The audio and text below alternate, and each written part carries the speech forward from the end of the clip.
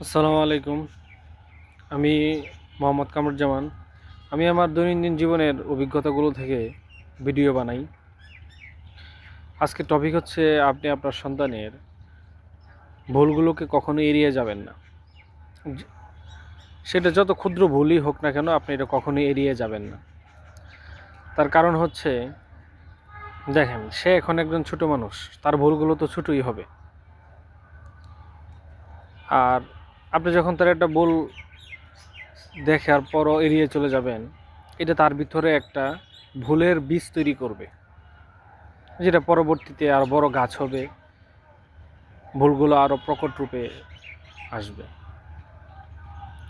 আচ্ছা, আপনাকে আমি যদি বলি, যেমন মনে করেন আপনি একটা বিল্ডিং তৈরি করবেন। হ্যাঁ, বিল্ডিংয়ের ফাউন্ডেশনে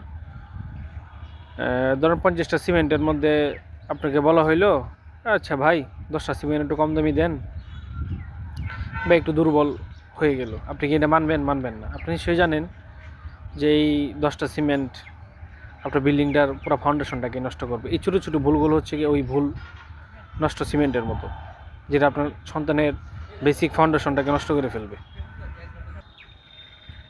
এখন কথা হচ্ছে, তার ভুলগুলো বা তার ভুলটা দেখার পর আপনি কি করবেন। আপনার করণীয় হচ্ছে, আপনি ভুলটি অবশ্যই শুধরিয়ে দিবেন উত্তম যুক্তির সাহায্যে। তার চোখের সঙ্গে চোখ রেখে